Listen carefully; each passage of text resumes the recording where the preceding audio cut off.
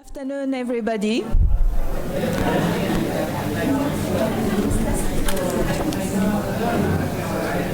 Okay, so after 2 days of very intense, passionate, engaged discussions, we are really towards the end of this fantastic gathering and then meeting. I'd like to introduce our keynote speaker, Professor Gilbert Achcar.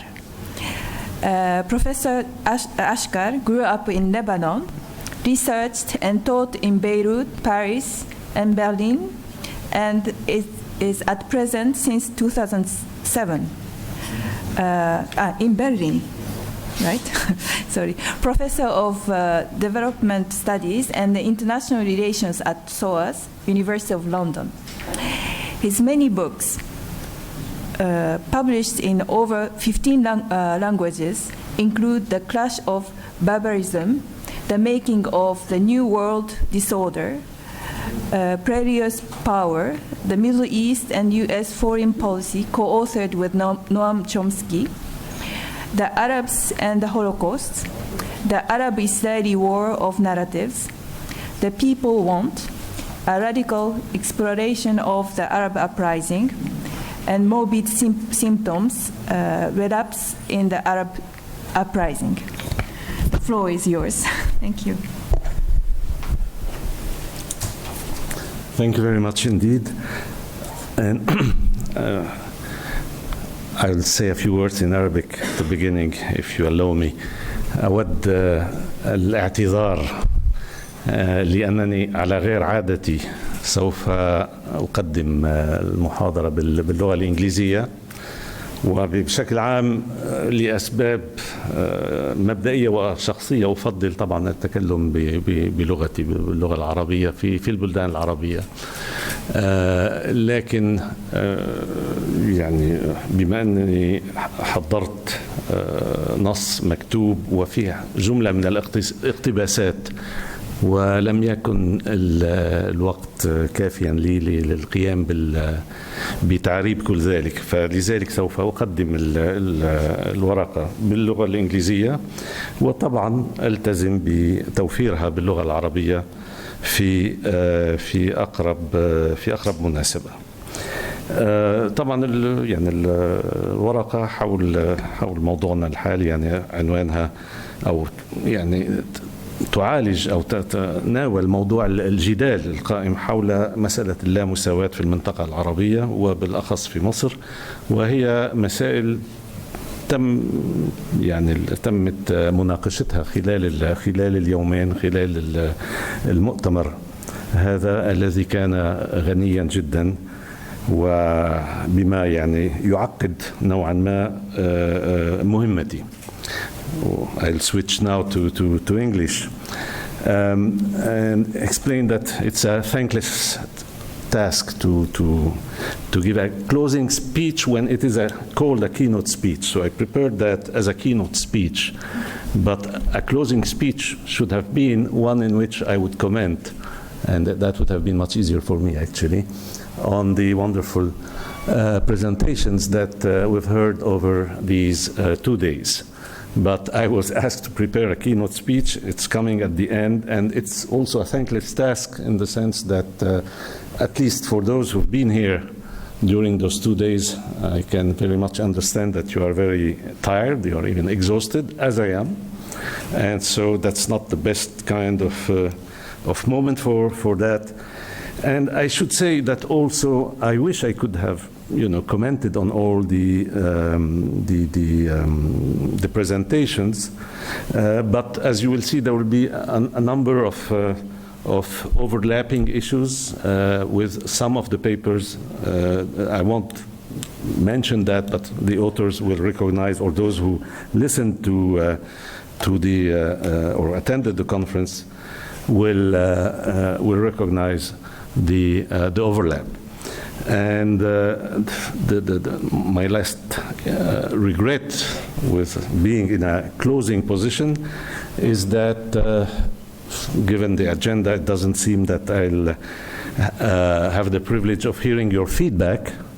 So if there is no discussion, as it seems to be the case, I would be thankful to any comments or feedback or criticisms.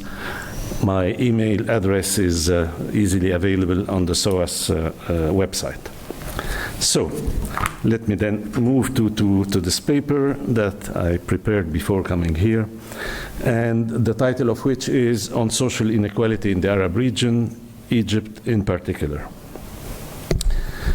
And for the purposes of translation also, I'll try to follow the text and try to read it dynamically if that is possible, with some digression, which I'll try to limit.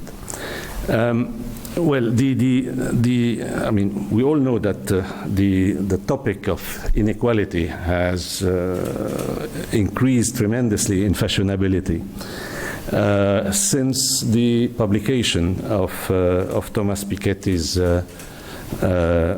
now very famous book, Capital in the 21st Century. And the book was, for obvious reasons, mentioned several times during those 2 days. Thank you, that's great. I see better. However, the same topic, the topic of inequality, of course, did not start with Thomas Piketty. Including his own research, is on issues that have been under scrutiny for quite a long time. And especially over the last 2 decades, coming after 20 years of neoliberal deregulation of capital and curtailment of the welfare state, and over 20 years this took its toll in full, and indeed one of the key results of that is the very sharp increase in inequality that led to this increase in research on inequality over the 2 last decades.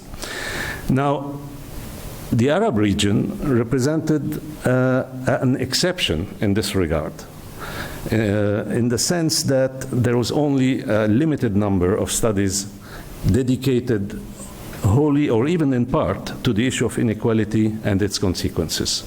Quite limited number of such research for the Arab region compared to other parts of the world. Of course, as could be expected, such studies multiplied very markedly in the wake of the 2011 regional revolutionary shockwave that came to be known as the Arab Spring.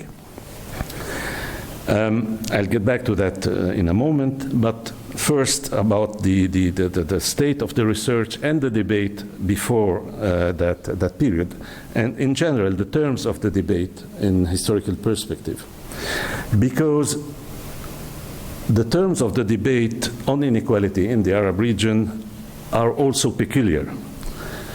That is, in addition to the usual disagreements on the desirability or undesirability of inequality, which are ultimately more political than scientific in substance, as they hinge on ethical political values. So in addition to this classical kind of discussion, the discussion related to the Arab region revolved very much, as we have seen over the 2 days, around the credibility of the existing data. And what I'm saying here concerns essentially social inequality in consumption, income, and wealth. It is indeed mostly about social inequality in the Arab region that the argument has been raging, not about other or any of the other types of inequality that are brought out in the excellent report that is the reason for this meeting. There is not much factual dispute, indeed, on most dimensions of inequality in the Arab region, be they horizontal inequalities between genders or ethnic and racial groups, inequalities in education or health or natural resources, or in access to digital information and communication, or the various intersections of these various dimensions. On the most conspicuous type of regional horizontal inequality, in particular, that which differentiates between genders, the discussion is quite limited compared to the discussion on vertical social inequality. The facts are hardly disputable when it comes to the gender inequalities, and there is an overwhelming consensus among scholars and experts on the desirability of gender equality to a degree that dissuades traditionalist dissenters, who aren't many in such research milieux to start with, that dissuade them from raising their voices. The issue of social class is expectably much more divisive among researchers. It came to prominence early on in the Arab region, as in other parts of the Third World, when the decolonization era, in the aftermath of the Second World War, saw the rise of two major left-wing currents, a left-leaning nationalist movement and a communist movement. In the Arab region, as in several other post-colonial countries, the latter, the communist movement, ended up tail-ending the former in the 1960s. That was the time when Arab nationalism embarked on building Arab socialism, and some African nationalist movement did likewise with African socialism. And I think that's a very important legacy, I'll get back to that, which is much more, in my view, determinant in explaining the aversion for inequality in the Arab region than is religion, which is given in a very Orientalist fashion, I think, in some reports as an explanation for this issue, and as an explanation even for the popular explosion of the Arab Spring. So those socialist, between quote marks, experiences were experiences combining a dominant state capitalism resulting from sweeping nationalizations with pro-poor social and welfare reforms, usually under single-party dictatorship. And this was a very sweeping experience in the region. The countries fully affected were Egypt, Syria, Iraq, and Algeria, and to a lesser degree, Tunisia, later followed by Sudan and Libya, as well as by South Yemen, where Arab nationalism mutated into Marxist-Leninist socialism under Soviet Union's tutelage. Moscow conveniently identified these countries as treading a non-capitalist path of development, thus avoiding to bestow on them the socialist label that it reserved to countries run by communist parties, while preserving the ability to include them within the socialist camp. A lot of quote marks being used over this paragraph. This whole system began unraveling in the Arab region from the early 70s onwards, when the deadly blow that Israel dealt to the radical Arab nationalist regimes of Egypt and Syria in the June '67 war started bearing its fruits after the death of the champion of Arab socialism, Egypt's President Gamal Abdel Nasser, as well as the overthrow of the left-wing faction of the ruling Ba'ath Party in Syria. The whole region shifted during the 70s from an era dominated by the towering figure of Nasser to one dominated by his longtime foes ruling the Saudi kingdom, especially after the first oil shock consecutive to the '73 Arab-Israeli war and its effect on surging oil prices and revenues, tremendously increasing the means and influence of the Saudi kingdom.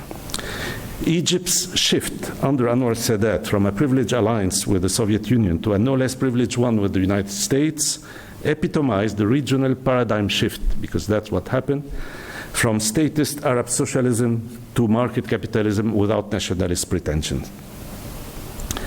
This shift inaugurated a transition period into which several Arab countries engaged at various times in the 70s or 80s, and which accelerated in the 90s, and more so after the turn of the century.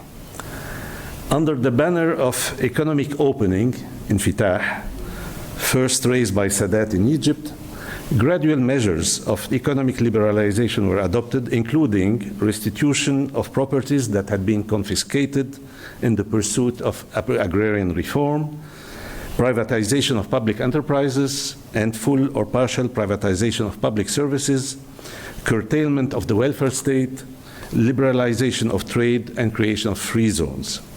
These measures were implemented in the framework of structural adjustment programs sponsored by the IMF and imposed as conditionalities for the obtainment of loans and good marks from the IMF, both crucially needed in order to attract foreign aid and investment.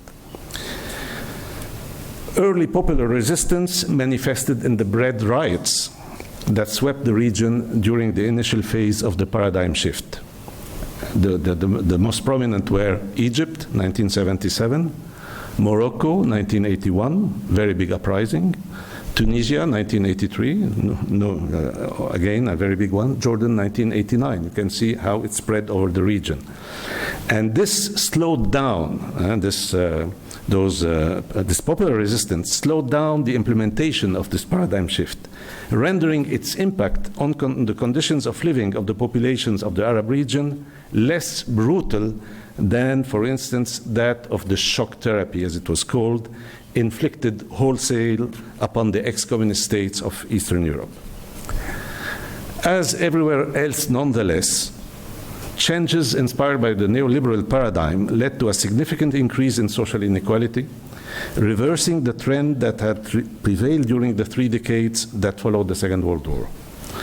One could surmise that the issue of inequality in the Arab region would have therefore become a much researched topic, as in most of the rest of the world. And yet it wasn't, not until the theme of social justice emerged powerfully with the Arab Spring. So let me speak of the state of these studies before the Arab Spring. Studies concerned with social issues prior to 2011 regularly complained about the lack of appropriate information for an assessment of inequality of income and wealth, especially in the Arab region. From the first of its 5 editions prior to 2011, the UNDP's Arab Human Development Report, you had 2002 to 2005, 4 editions, and 1 in 2009, acknowledged the problem. I can quote from the very first one: analysis of poverty and income inequality issues in the Arab region is frustrated by lack of comprehensive and comparable data sets, as well as by the reluctance of some official sources to share primary survey data with researchers. Indeed, social inequality in the Arab region, social inequality data in the Arab region, when they existed, were mostly based on consumption, expenditure, rather than income, let alone wealth. And whatever data were available, including those used by international institutions, indicated and still indicate a range of levels of inequality distributed among the region's states that makes the region purportedly one of the least unequal regions of the developing world. Observers could not fail to note, however, the strikingly huge discrepancy between the picture offered by existing data and the actual experience of inequality by the region's inhabitants. The second edition of the UNDP report explained the things and complained again about the fact that the database, it's a long quote, I'm not going to read it as it is, but complaining about the fact that there is almost no data at all on the distribution of wealth and no information on income distribution, and the extent and characteristic of poverty are the object of very minimal data, which diminishes the clarity of the picture for the region. And they would comment that some researchers estimate that poverty is even more widespread and income distribution is more unequal than indicated by international data sets due to technical difficulties in poverty assessments as well as data scarcity. Now, they added, even when field surveys of income and expenditure exist, such surveys suffer from defects that diminish their credibility, particularly with regard to the parameters of income distribution as a result of bias in the collected data. That's the UNDP report. In Egypt, for instance, relying on the results of income and expenditure surveys in the first part of the 90s leads to an improvement of the Gini coefficient. That has been mentioned here several times. That is, income distribution becomes more equal. But this does not correspond, said the report, to the overall economic situation, particularly unemployment and poverty criteria, and observations made of wealth distribution during the same period. And one example in all that, labor's share of the value added in Egypt declined from nearly 40% in 75 to nearly 25% in 94, less than or almost 20 years later, which indicates a deterioration of GNP distribution in favor of wealth returns.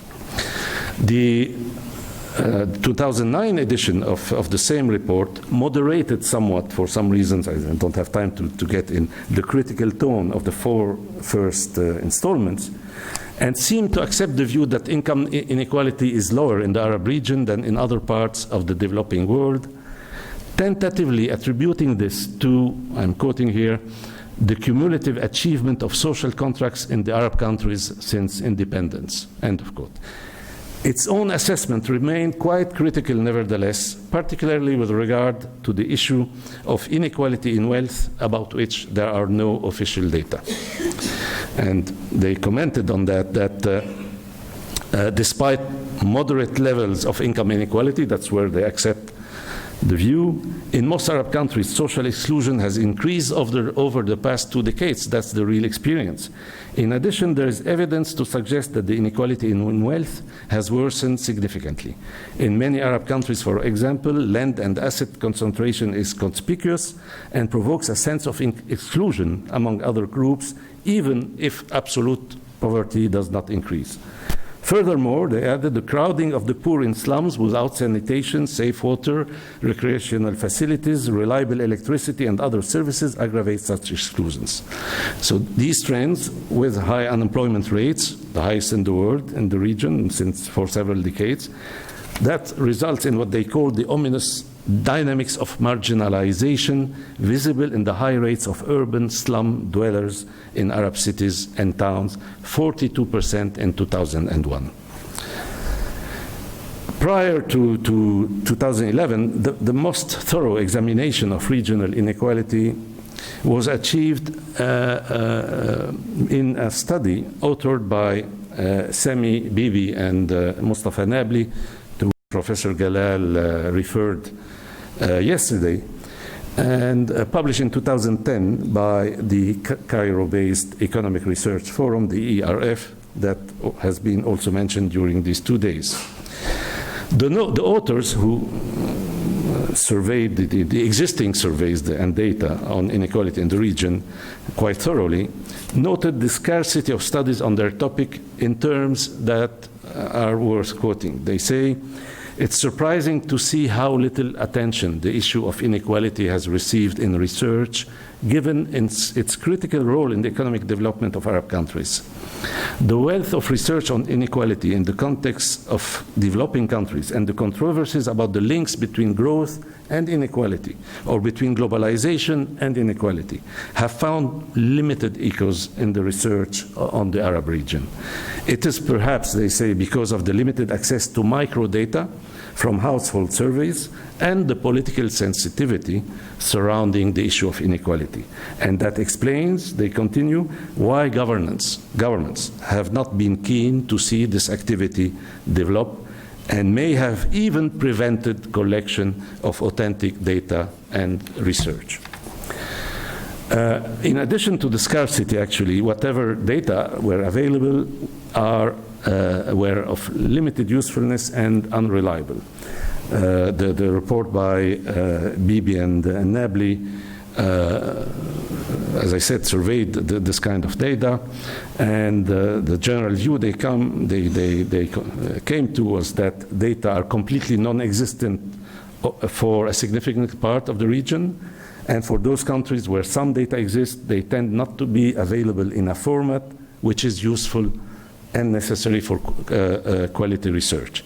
And then access to the primary data, when possible, tends to lag behind, and ultimately there's no consistency across countries in this data collection. So, I mean, we can see here, and I'm not going through that, there are other points, but it's a very thorough criticism of whatever existed, starting by noting that what exists was very scarce and disproportionate with the acuity of the problem in the region. Bibi and Nabli drew a rather predictable picture of the development experience in the region, but with a higher degree, I would say, of objectivity in acknowledging the positive aspects of the socialist past, more objectivity in that regard than most contemporary assessments. Thus, characterizing the pre-1980s model of development as based on strong governments, central planning, and wide-scale policies of redistribution and equity, they recognized that it brought what they called strong payoffs. Let me quote from them: with large oil and oil-related revenues, in addition to directing large resources towards public infrastructure, the Arab countries made substantial investment in education, the issue of education which we discussed to date. This led to an increase in the average years of schooling of the adult population from less than a year in 1960 to more than 3 years in 1980. Impressive gains in basic education coupled with heavy investments in healthcare reduced in substantial reduction in poverty and improvement in health indicators.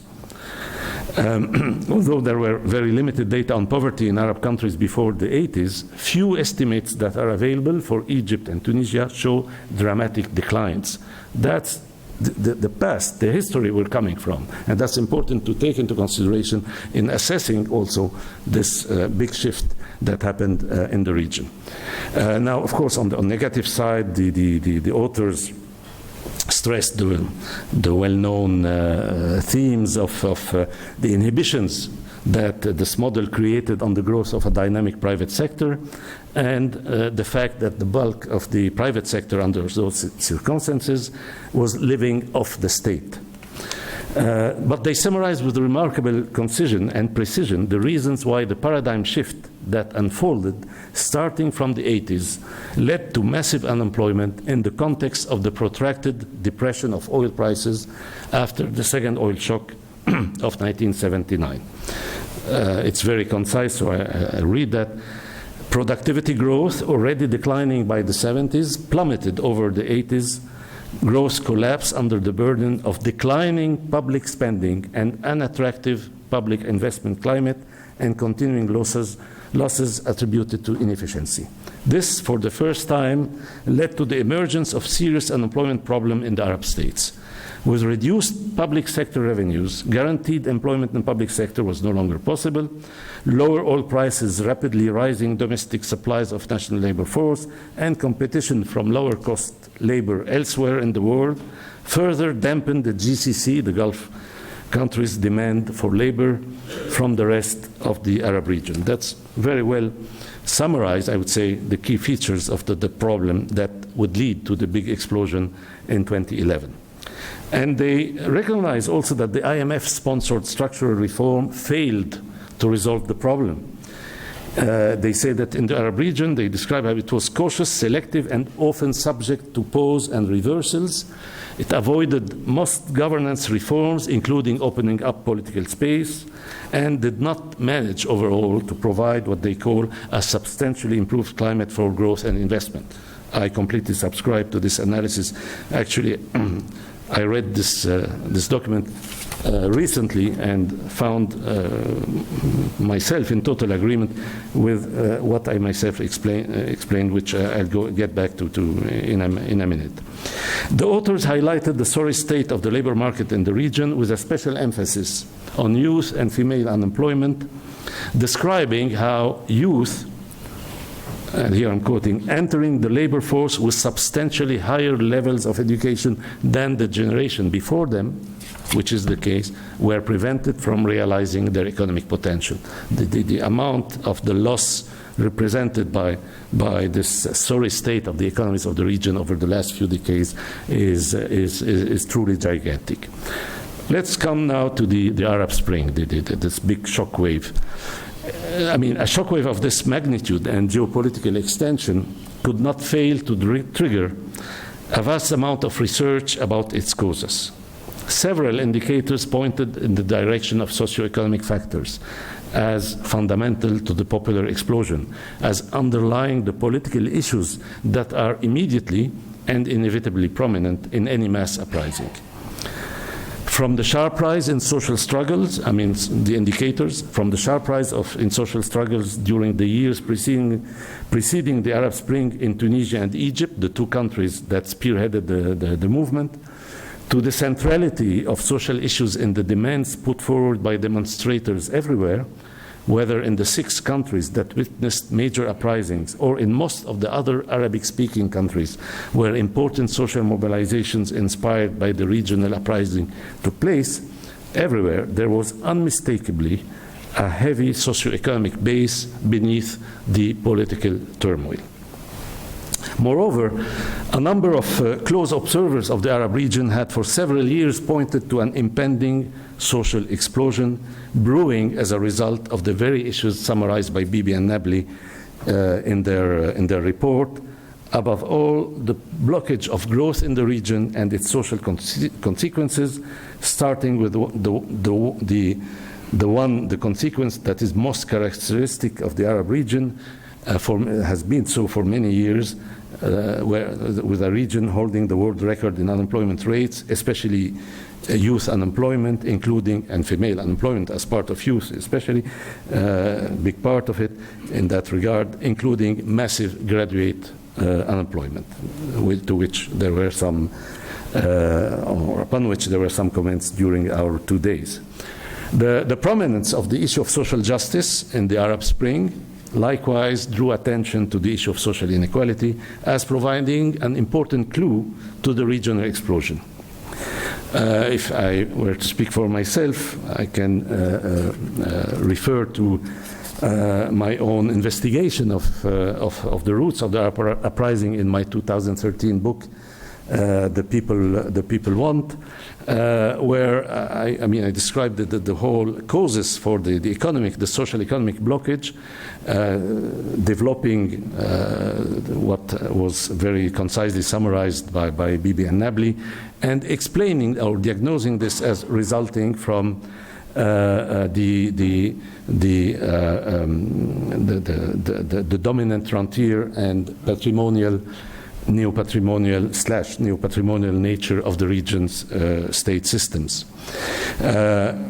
Just in a nutshell, and as a matter of fact, none of the ideal typical assumptions upon which the neoliberal dogma of exclusively market-led development is predicated, none of these assumptions are available or is available in the Arab region, a condition that made the implementation of that dogma's recipes lead inexorably there to the blockage.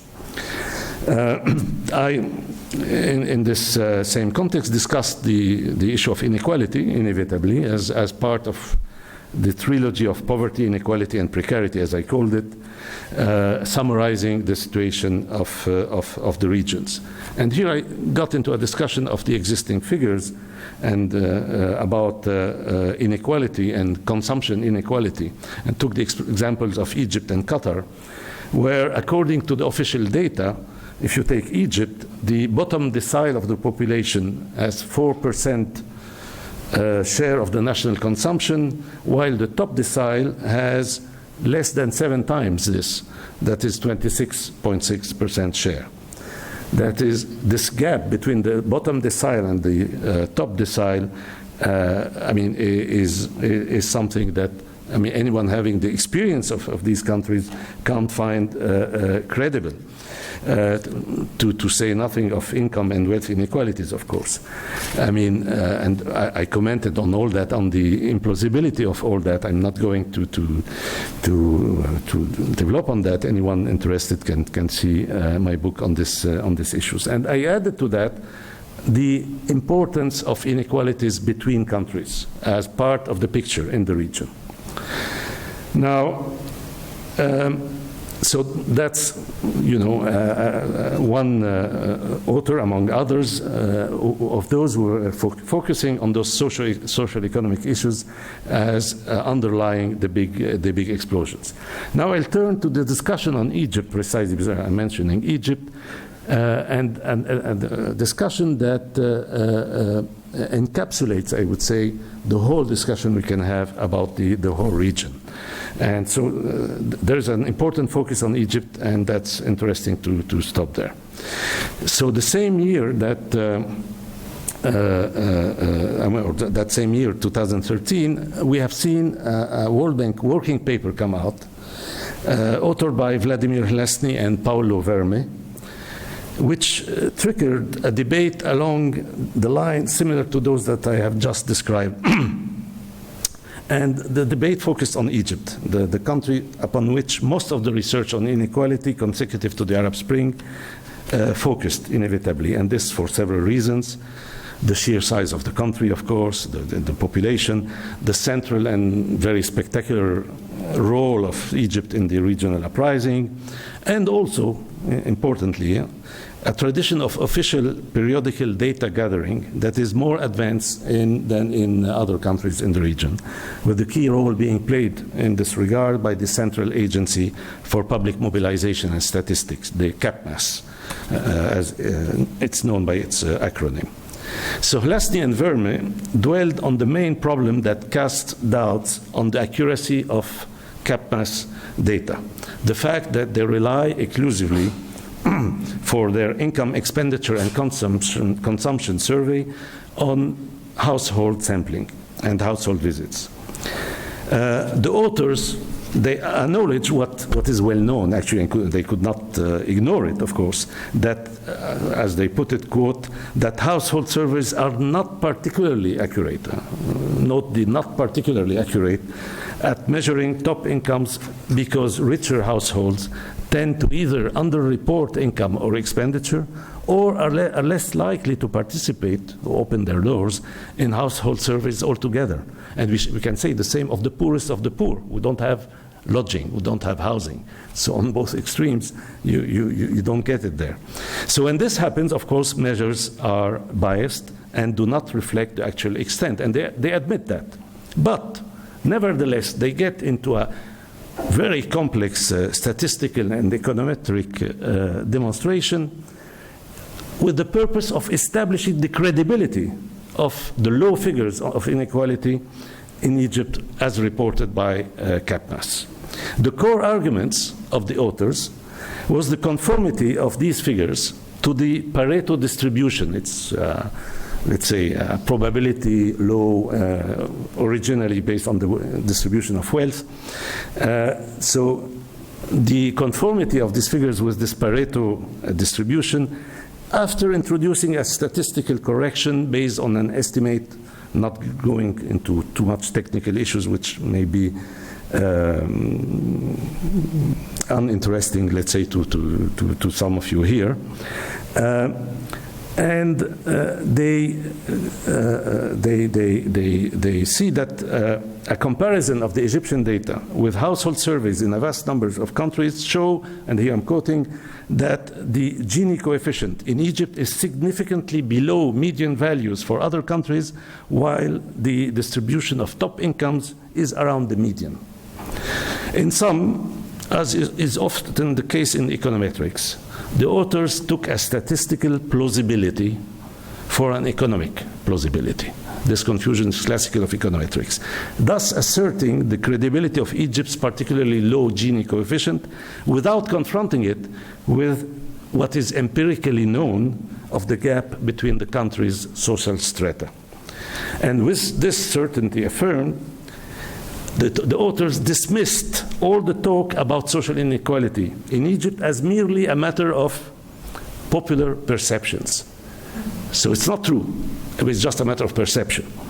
They thus rescued from the ridicule, I should say, the numerous good marks attributed to Egypt by the World Bank and the IMF in the years that preceded the explosion of 2011.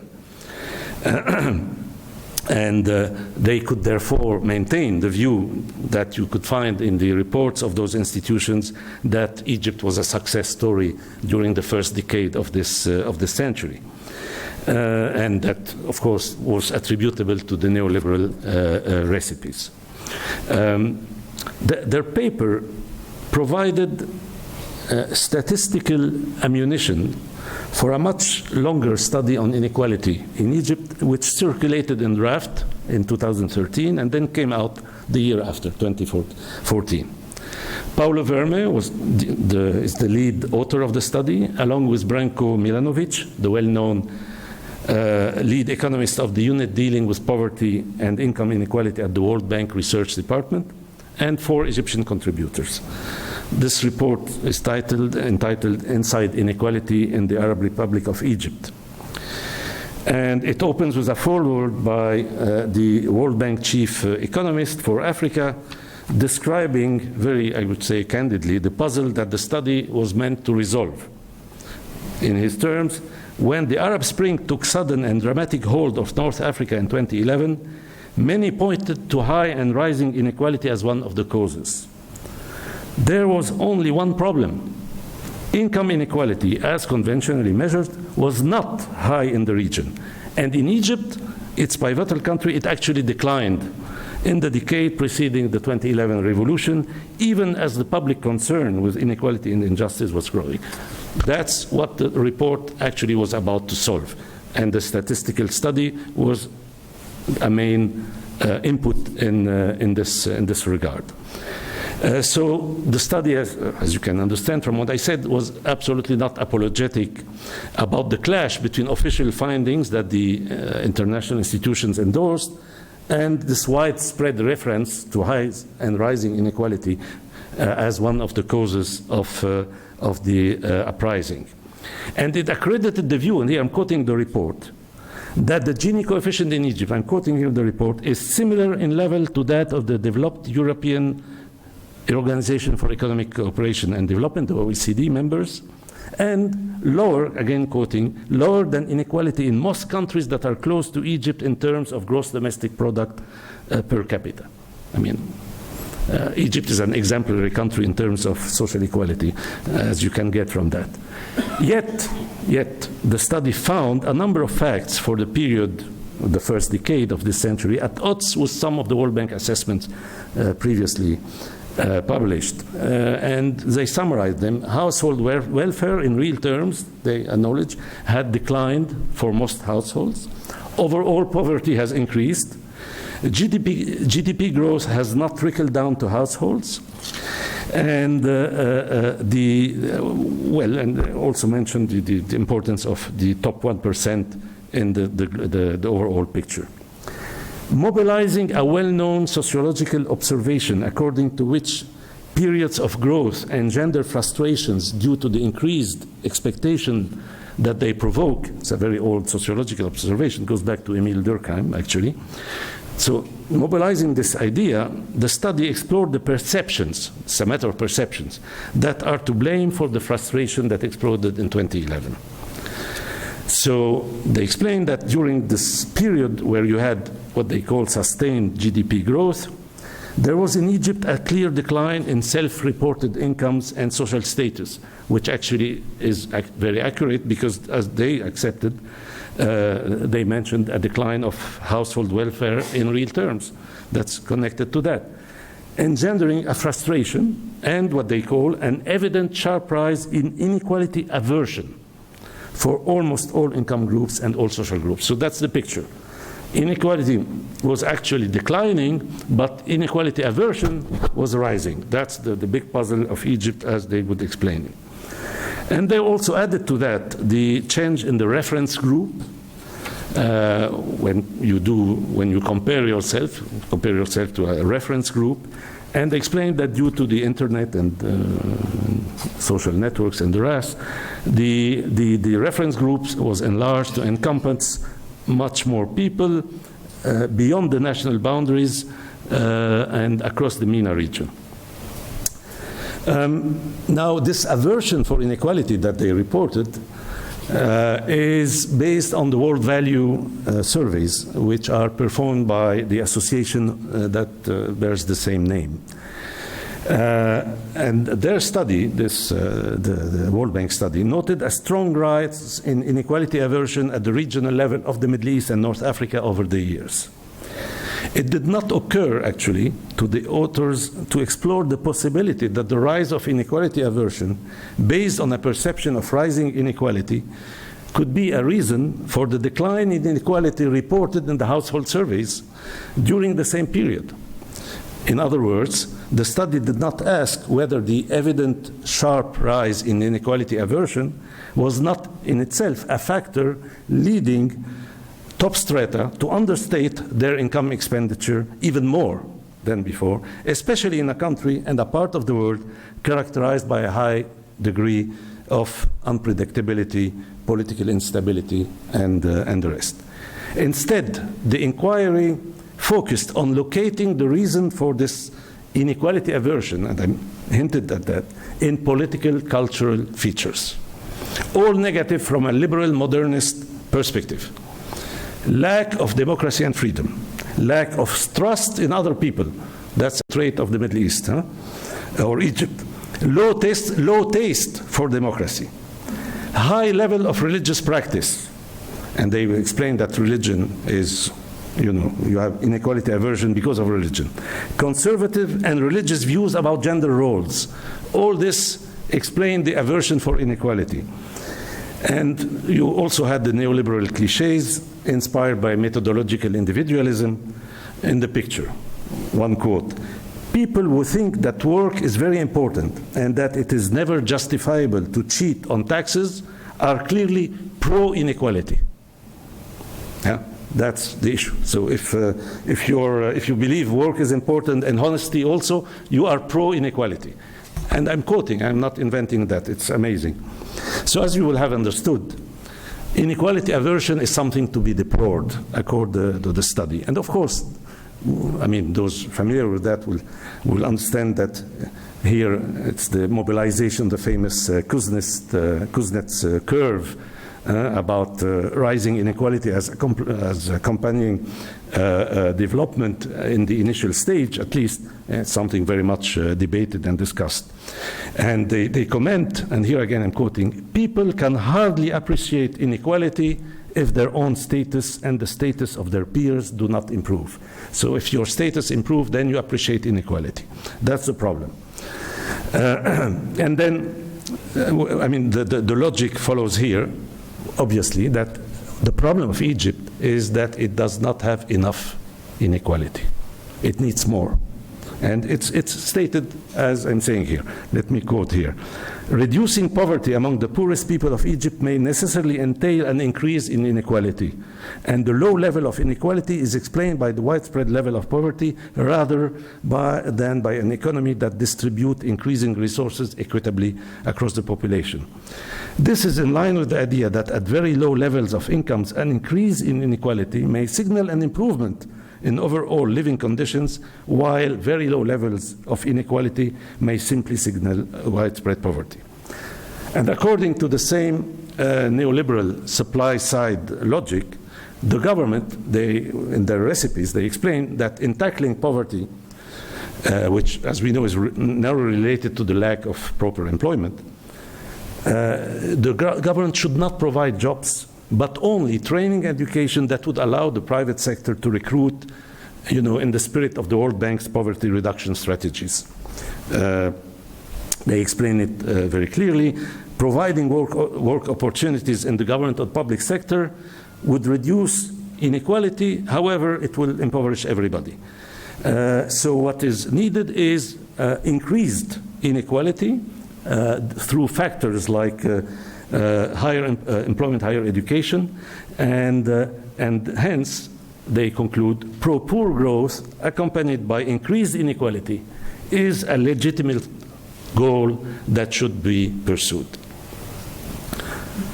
On the other side of this debate, we have a paper which came out the same year than this report in 2014, and which actually is engaging with the report, because the report circulated before that, during the previous year, as I explained, and with the Hlastny and Verme paper.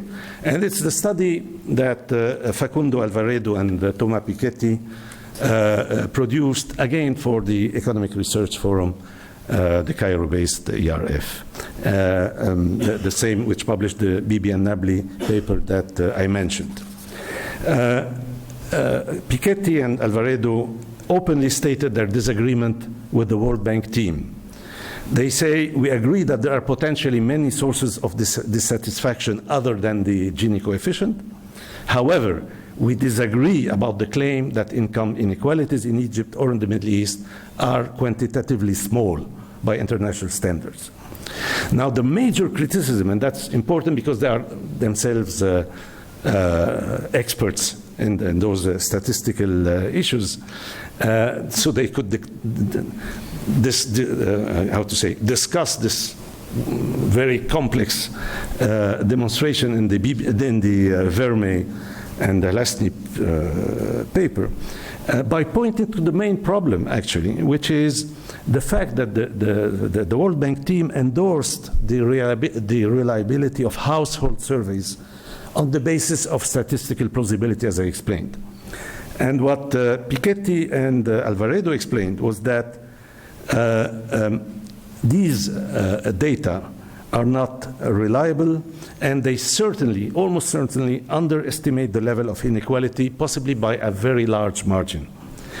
What one would need are reliable fiscal sources, and this has been discussed during these 2 days, that is tax figures, to make a precise comparison between the top decile or percentile income shares prevailing in Egypt and the top shares prevailing in other emerging or developed countries.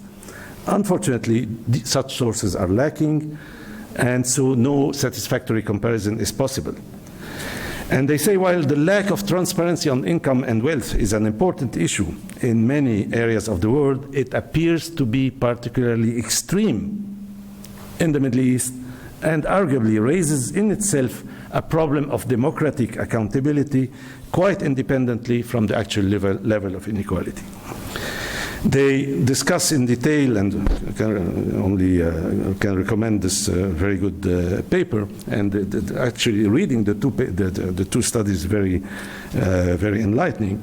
Well, I won't get into the some of the very technical issues they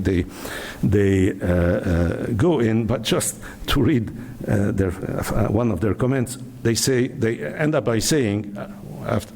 Of course, it is possible that Egypt is currently as egalitarian as the most egalitarian countries in history, such as the Scandinavian countries in the 80s. However, this does not seem overly plausible, and in any case, this should be demonstrated rather than assumed. Beside this criticism of the World Bank report, they made a second important point, which, and that will be my last one, which connects actually with the issue of the reference group. And here there's some convergence, that indeed there is a matter of change in the reference group in the region, and that has been facilitated by information communication technologies. Then that's where they point to the fact that at the regional level, the inequality, the income inequality and wealth inequalities are absolutely huge. And they estimate, and this has been hinted at, or referred to, that the share of total Middle East income accruing to the top 10% income receivers is currently 55% versus 48% in the United States, and even a little above what is regarded as the most unequal country, the South Africa. And so they say, under plausible assumptions, the top 10% income share could be well over 60%, and the top 1% share at the regional level might exceed 25%, which is above any other place in the world. And popular discontent might reflect the fact that perceptions about inequality and the unfairness of the distribution are determined by regional and or global inequality, and not only national inequality. This goes beyond my own emphasis in 2013 on the extremely high inequality between countries, and is a point well taken. The point that the point that they would develop later on, Alvaredo and Piketty, along with Lydia Aswad, who has been mentioned earlier, in a further study that came out this year about, not this time, not Egypt, but the whole region. Indeed, there is, I mean, it's not only a matter of inequality between countries, but even inequality or social inequality at the level of the region taken as a geopolitical ensemble. And it's true indeed that the sense of frustration in Arab countries is not restricted to intra-country inequality. It is also exacerbated by the huge level of social inequality at the Arab regional level, perceived, as I just said, as one geopolitical unit. In this regard, it's not only the expansion in the means of information and communication that is at work, the one mentioned in the World Bank report, but also, and to a high degree, the experience of millions of Arab migrant workers, the majority of them, by the way, Egyptians, who have been direct witnesses of the conspicuous or even ostentatious extreme lavishness of the super rich in the oil and gas monarchies of the Gulf Cooperation Councils. Or even those who also witness those super rich at home when they come as tourists, as there are plenty of them in a country like Egypt. So in this regard too, and I started with that point, I'm ending with that point, in this regard too, it's not a matter of religion here, but the legacy of Arab socialism, in particular its denunciation of Western plunder of the natural resources of the Arab region seen as constituting a single nation. This legacy remains crucial in determining the deep sense of social injustice that prevails nowadays in the Arab region. This legacy, whose main stronghold was Egypt itself, is not artificially inducing a sense of inequality in an otherwise increasingly equal region, as you would get it with those the official data. It is actually and very pertinently it is actually and very pertinently revitalized and energized by the shocking spectacle of ever-increasing social inequality, both at the country level and at the regional one. And thank you for your attention.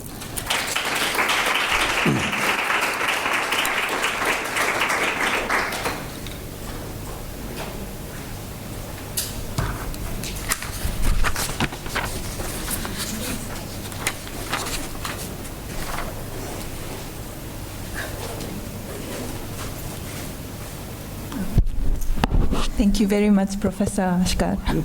So the closing, I invite my colleague Jean Crowley on the table to wrap up this regional launch of the World Social Science Report Arabic version. For an extremely interesting keynote address, concluding keynote address. What I will do is definitely wrap up, not make any attempt to summarize. I'm not an expert on the region. I've been listening with great interest to things I have some knowledge of, but much less knowledge than most of you in the room. But what I can do with an outsider's perspective is perhaps shed some light on some of the key messages that come from what we've been discussing and some of the key ideas for action that could be followed up with the participation of UNESCO, of course, with those of you who might be interested in following up. Before that, let me start by recognizing the various partners in all of this. They've been recognized at various points through the event, but let me do it again nonetheless, because this is a composite event. We have a report which was co-published by UNESCO with the International Social Science Council and the Institute for Development Studies, which shared responsibility for most of its content. It so happens that the Institute of Development Studies was present only virtually. You saw Melissa Leach on screen, but even that was pre-recorded, so pretty virtual. And the International Social Science Council, now International Science Council, was not able to be here at all, because they are organizing in just a few days in Japan the 4th World Social Science Forum and simply couldn't be in two places at once. So let our partners in publishing the report in its original version be thanked. Secondly, we're launching the Arabic edition of the report. So, in order to have it in Arabic, it obviously was translated at some point, as you know.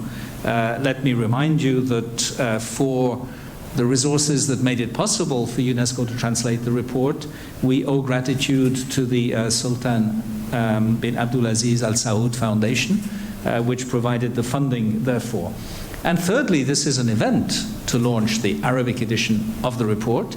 And let me express also my gratitude to our partners in this event, the American University in Beirut and the Arab Forum for Alternatives, without whom we wouldn't be here at all. So it's a bit like a space rocket. You know, they have stories. And in a sense, it's only with the 3 stages or stories of the rocket that you can get the payload into space, whatever that payload might be. Our payload is better knowledge about inequalities in order better to address inequalities. And in that respect, what we've been doing here over the last 2 days, and I think it's helpful to keep in mind the 3 dimensions, is first of all discussing how to describe inequality, which looks like an easy concept to grasp, but actually is more complicated. And we've been discussing some of the ways in which it is complicated to make sense of as a concept, and complicated to describe adequately in methodological terms. That doesn't mean it's impossible. That doesn't mean that the various methodological simplifications that are available are not useful. They are, but they don't give us the whole picture. And many aspects of what they don't give us have been discussed here, including the very basic question, is the Arab region comparatively unequal or comparatively equal in international terms? And there were many discussions since yesterday, and you did a very good job of reminding us that this isn't a simple question to which you answer by just looking at the data. It is in part a question of how you frame the issue, and in particular, what reference point you use. The reference point of a particular country, the reference point of a whole region. In other words, the frame of reference for description of inequality, I'm just talking at the descriptive level for the moment, is itself an imaginary construct. And that imaginary construct is obviously something that deserves analysis from the perspective of the social and human sciences, and isn't static. It can evolve over time. And you could argue, including for the reasons you mentioned, the ideological offensive on the part of some international institutions, think tanks, and other producers of ideas against egalitarianism, that perceptions and understandings of inequality have actually shifted considerably over the past 40 years. It certainly seems to be true in many European countries, in North America, and listening to you to some extent, but perhaps less than elsewhere, in the Arab region itself. In other words, describing inequality is always to some extent judging it. Things are called inequalities when it is perceived that there might be something wrong or unjust or unfair in those inequalities. Otherwise, we might simply call them differences. Which leads to the second level of engagement that we've been having in this meeting, which is how to explain inequality. Assuming that you can describe it adequately, what makes it happen? What produces certain patterns of outcomes, which, if they're sufficiently stabilized and sufficiently coherent, we might call structures, which differ over time and between places. And a wide range of points have been made, including, I'll come back to this in a moment, an emphasis on the macro conditions, macroeconomic and macro-political conditions within which micro patterns of inequality emerge. And finally, we've been talking not as much as on the first 2 points, but it was what I spoke about yesterday, and I have a kind of ex officio duty to come back to it this afternoon, about how to reduce inequalities. And again, I remind you, this isn't a choice. It's not one political option among others, at least not for someone who works for the UN, because the General Assembly of the United Nations has told us we should reduce inequalities. There's a commitment to that.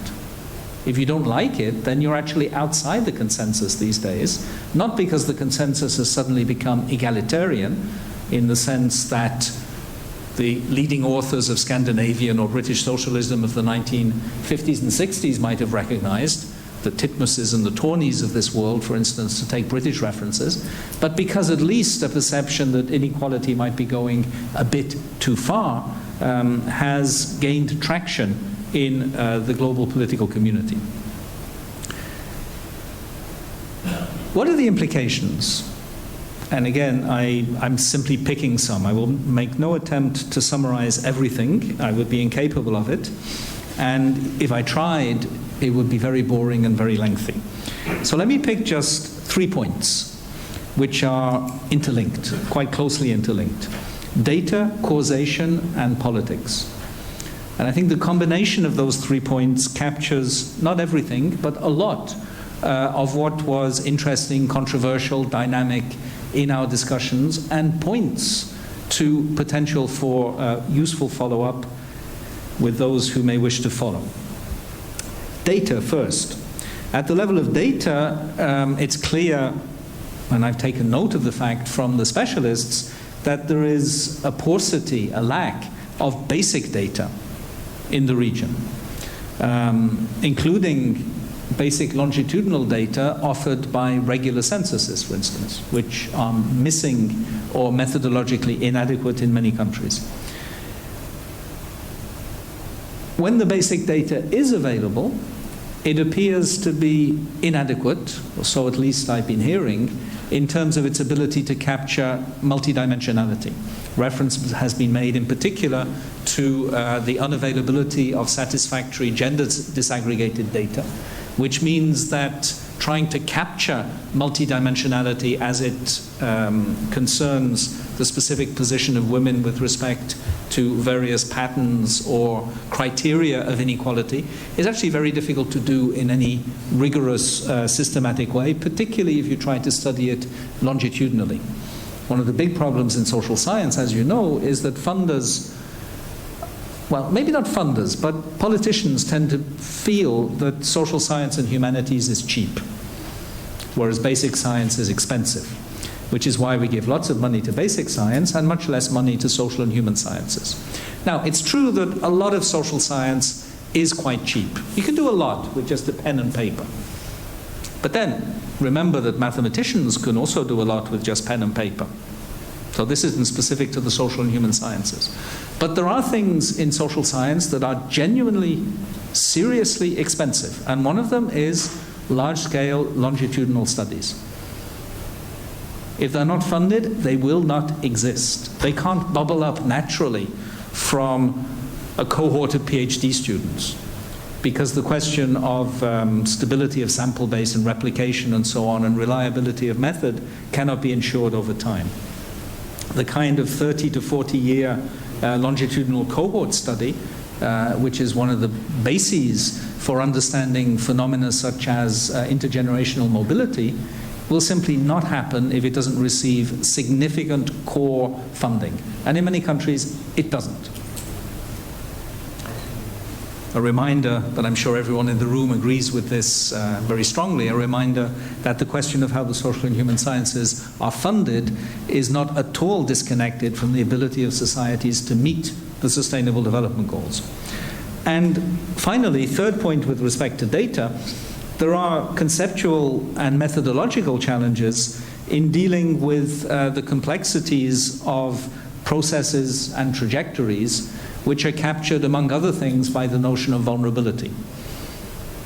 Vulnerability means putting people in a time profile that allows you to study not just where they are, but where they came from and where they might be going to. In other words, constructing something that might formally be a probabilistic model or might have other technical features, but at least intuitively is about understanding where people might go given where they are and where they're coming from.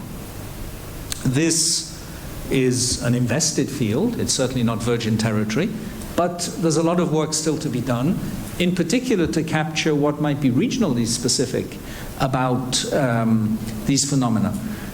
Among the things that might be regionally specific and that call for collaboration across disciplines, for instance between anthropologists, sociologists and economists, is the question of the often hidden or virtual social capital that provides de facto safety nets that become activated when they're needed, but might not be apparent when they're not needed, and which are not institutionalized, but inscribed in family networks and other forms of informal solidarity. To what extent do they exist? How powerful are they? Who benefits from them? Are they maintaining themselves over time or tending to decline in the face of general pressures towards individualization, particularly in cities? These are significant empirical research questions on which solid methodological and conceptual equipment is required to make a judgment. So there's a lot going on in terms of data there, and it's certainly not just a matter of data as defined by national statistical offices, important though their role is. The data questions run through the whole of the research profile and obviously lie at the heart of the ability of research inspired by the social and human sciences to be policy relevant. It's not that policymakers only listen when you have a figure, but if you can't give them any figures at all, they're very unlikely to listen. Telling stories can be a powerful way of convincing people, but on some subjects, at some point, you have to be able to put a percentage on the screen to capture people's attention and to show that you don't just have a theory about how things might be working, you have that theory connected with a reasonably convincing description of how things actually are. It's a bit like, think of climate change. If we go back to 1985, before the creation of the Intergovernmental Panel on Climate change was a hypothesis. A pretty plausible one, with a lot of basic physics behind it, but hardly any data. Some people were convinced, for instance, by the first testimony of the American physicist James Hansen to Congress as early as 1987, predicting with what turned out to be considerable accuracy how the climate would warm and change as a consequence of emissions of greenhouse gases. But to convince people, it was necessary to invest a lot in producing not just the theory of how this mechanism might operate, even based on solid basic physics and chemistry, but also to produce a massive amount of data showing that the theory was actually connecting adequately with empirical reality. I'm not saying we need an intergovernmental panel on reducing inequalities, but actually, why not? Why not? Maybe if you want to take SDG 10 seriously, you would precisely need the kind of approach that actually worked with respect to climate change. It worked so well, you note, that those with a corporate interest in denying the existence of climate change have spent billions in trying to counteract the dynamic. And it's always very easy to judge how influential it is by how hard its enemies are fighting to kill it. The IPCC has made a huge difference. And if you want to be convinced of it, just look at the money they're spending to try to discredit it. Data was the first point. Causation was the second. And this is obviously tricky territory. The social sciences aren't always very good with causation. Correlation is easier to establish. But nonetheless, at some point, if we can only describe things, it's very difficult to get purchase on the policy processes. The ability to say something about how things come to be, and therefore how they could be changed, is pretty central. Among the things that have been much discussed in the last couple of days, including in the latest keynote, was the role of macroeconomic policies, including the big shift a generation ago from basically statist, developmentalist macroeconomic policies to basically trade liberalization and free capital movement liberalism, and the consequences that has had for patterns of inequality, the winners and losers of those kinds of processes. Reference has been made, of course, to geopolitical destabilization, which, as discussed, as I mentioned myself yesterday, is one of the key factors in driving the achievement of the kinds of inclusive and sustainable objectives of the Sustainable Development Goals. Reference has been made, perhaps not as much as I would have liked in many ways, to cultural factors. I was very interested in what you had to say about the possibility that there is a culturally determined aversion to inequality in the region that drives a specific politics of inequality and specific forms of response to it, which echoes with the kind of analysis that is sometimes proposed in Europe between Protestant and Catholic Europe, for instance, pointing to different kinds of perceptions of the degree to which citizenship requires equality, and the kinds of policy responses that are appropriate and socially acceptable. But on the other hand, that aversion to inequality also seems to tolerate a lot of inequality. So it's a form of aversion that requires detailed anthropological study, again in connection with the economic analysis of the patterns of inequality themselves.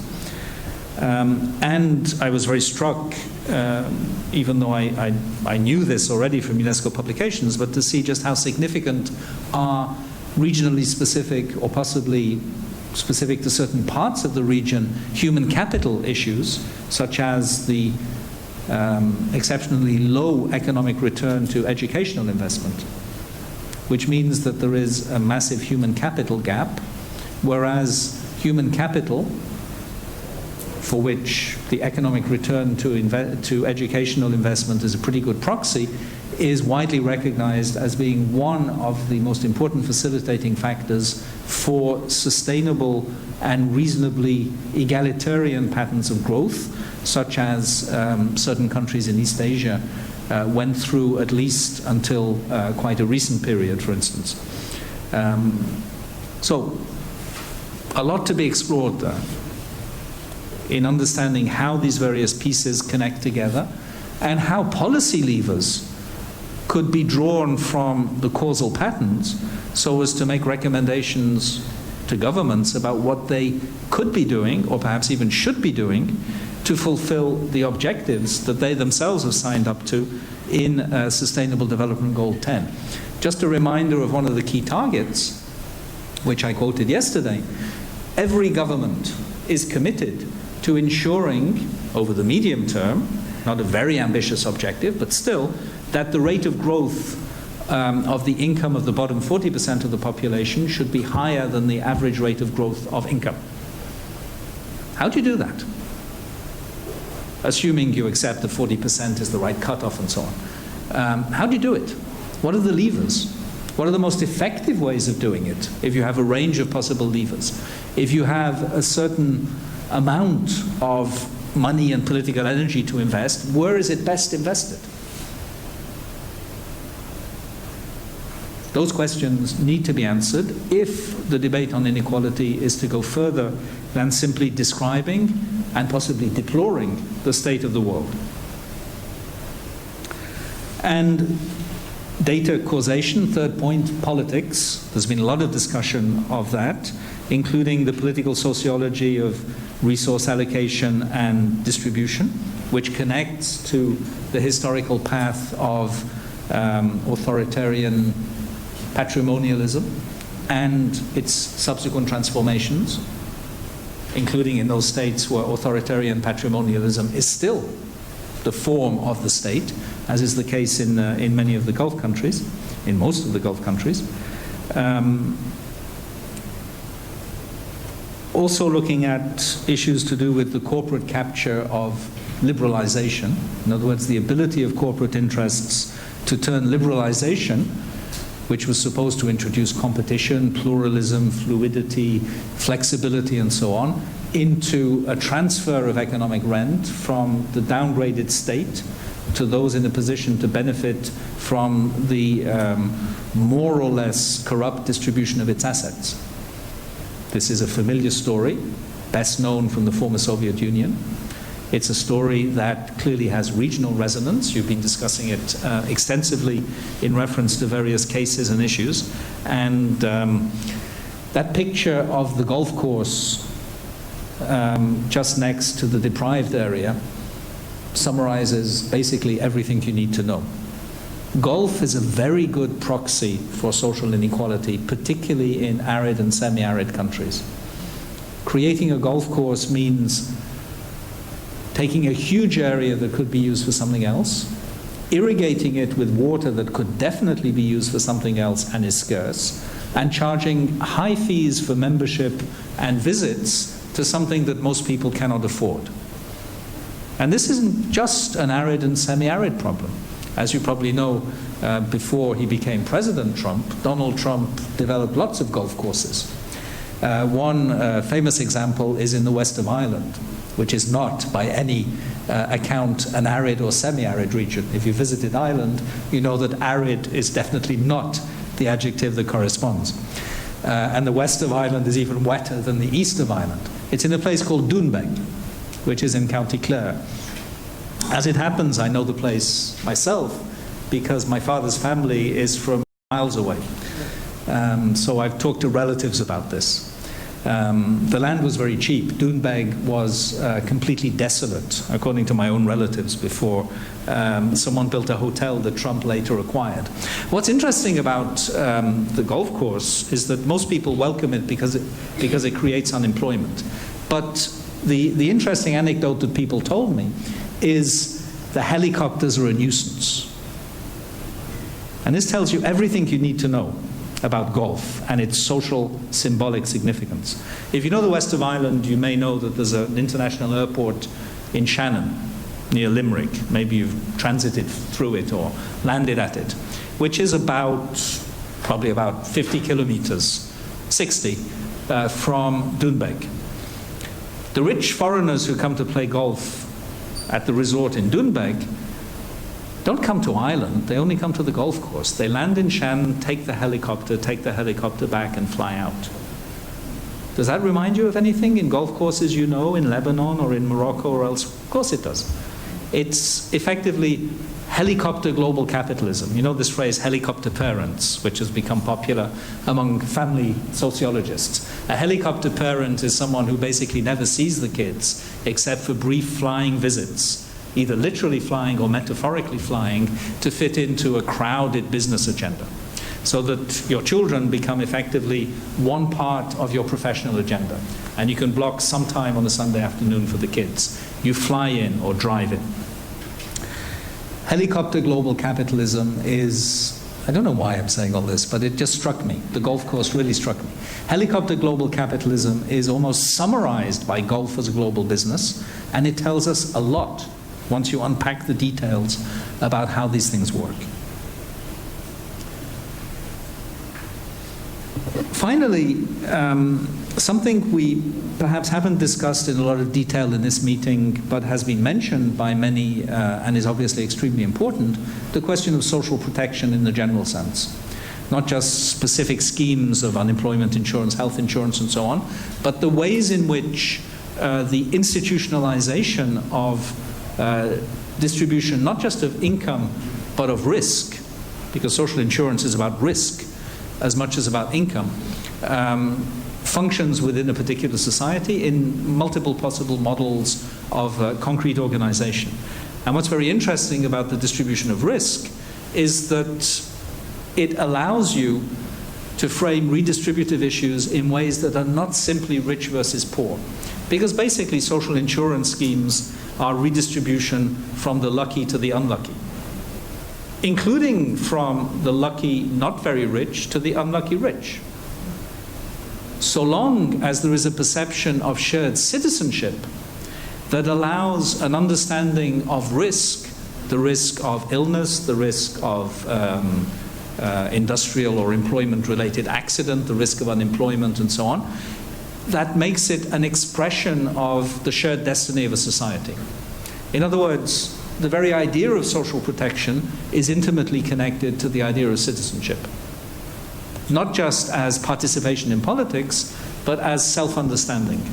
And I think while it wasn't perhaps unpacked in detail, a lot of what's been discussed here is ultimately about the question, what is it to be the citizen of a state in this region today, given everything that's happened in recent years, and given, in some parts of the region, the very unusual makeup of the population, where citizens may be a very tiny minority of the overall population, which obviously raises specific questions.